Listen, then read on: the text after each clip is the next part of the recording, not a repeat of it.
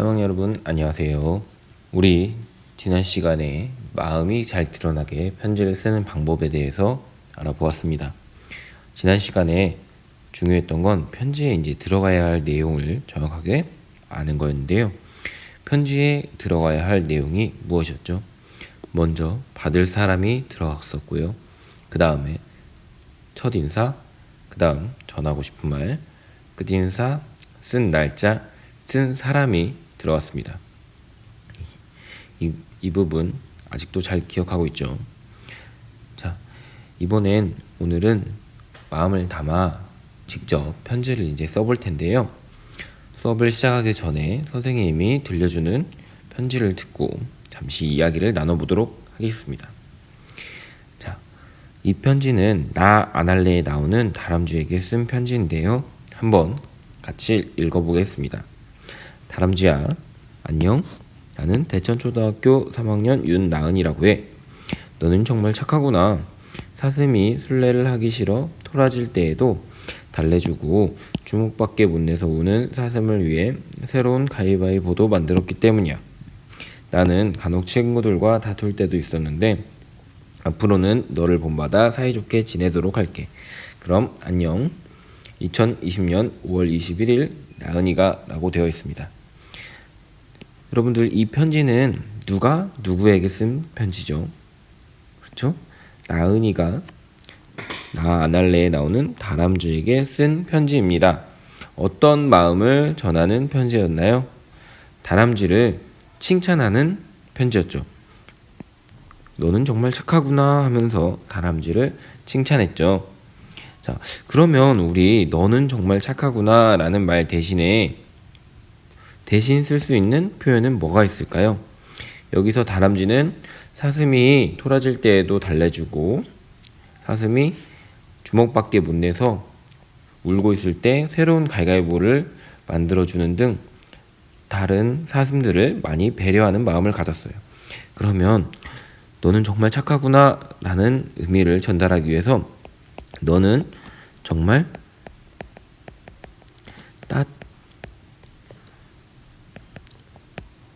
따스한 마음을 가졌구나 이렇게 말해도 되겠죠.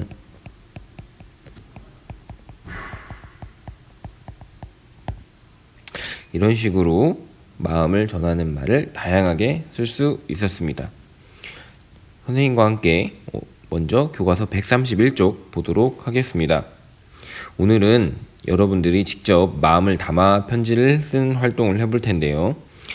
먼저 1번 그림 한번 보도록 하겠습니다.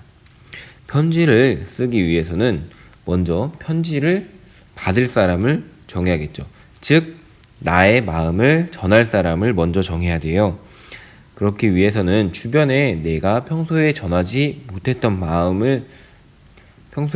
못한 마음을 누구에게 전할지 떠올려 봐야 할 텐데요. 그림 1번 한번 보도록 할게요. 그림 1번 보니까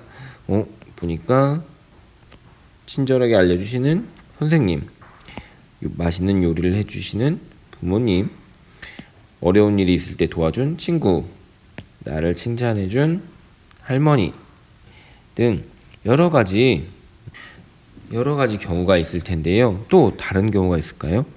예를 들면 글짓기 대회에서 상을 받은 친구라든지 아니면 달리기 대회에서 이 상을 받지 못해서 실망한 친구에게, 혹은 청소를 도와준 친구에게 등 다양하게 마음을 전할 수가 있을 겁니다. 그러면 편지의 종류에는 뭐가 있는지 선생님과 잠깐 알아보도록 할게요. 편지의 종류에는 우선 안부 편지가 있어요. 안부 편지라는 건 오랫동안 소식을 몰라서 궁금한 사람 사이에 상대방의 안부를 묻고 자기 소식을 전하는 편지예요. 예를 들면 멀리 떨어져 있는 할머니라든지 아니면 친척에게 안부 편지를 써서 자기가 잘 지내고 있고 할머니나 친척분들이 잘 지내시는지 묻는 그런 편지입니다. 요즘에는 SNS가 발달해서 전화를 하거나 바로 알 수도 있지만 옛날에는 이런 식으로 안부를 묻는 편지를 자주 썼다고 해요. 또 이번엔 위문 편지가 있어요. 여러분들 혹시 국군의 날에 군인 아저씨들에게 편지 써본 적 있나요? 군대에서 수고하고 있는 군인 아저씨들에게 위로하고 감사하는 마음을 전하기 위해 위문 편지를 쓰죠. 이것은 위로하는 마음을 전하는 겁니다. 세 번째로는 초대 편지가 있어요. 우리가 학예회를 한다거나 어떤 행사가 있을 때 이런 행사가 있다고 알리는 그런 편지가 있습니다. 또 어떤 일을 축하해주는 축하 편지도 있고요. 마지막으로 소개 편지도 있어요. 소개 편지라는 건 어떤 좋은 책이라든지 처음 보는 사람을 편지를 받는 사람에게 소개해주는 책이랍니다. 편지의 종류 참고해서 알아두도록 합시다. 자, 그러면 본격적으로 여러분들이 한번 누구한테 마음을 전하고 싶은지 먼저 떠올려 보도록 할게요. 가장 먼저 뭐가 있을까요? 우리가 가장 친구에게 전할 수도 있고요. 혹은 선생님, 혹은 부모님, 아니면 할아버지, 할머니 등 여러분들이 머릿속에 떠오르는 사람을 전부 다 적어보도록 합시다. 자, 그러면 어떤 일 때문에 마음을 전하고 싶나요? 먼저 마음을 전하고 싶은 사람을 다 적어보고 한 명 한 명씩 떠올려 볼까요? 친구에게는 감사하는 마음일 수도 있고요. 아니면 보고 싶을 수도 있겠죠. 요즘에 코로나 때문에 보고 싶은 마음을 코로나 때문에 보지 못하기 때문에 보고 싶은 마음을 전할 수도 있고요. 선생님께도 고마웠던 마음이라든지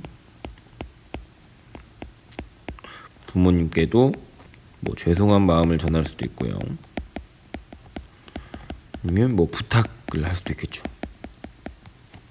할아버지 할머니께도 감사한 마음, 보고 싶은 마음, 여러 가지 마음을 전할 수가 있을 겁니다.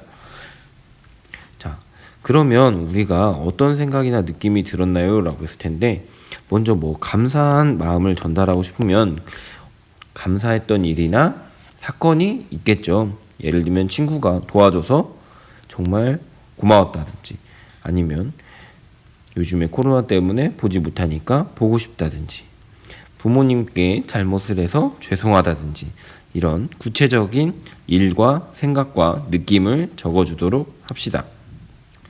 우리가 딱 한 명을 정하기는 먼저 어렵기 때문에 전하고 싶은 마음에 대한 아이디어를 떠올리는 방법을 하나 소개하겠습니다.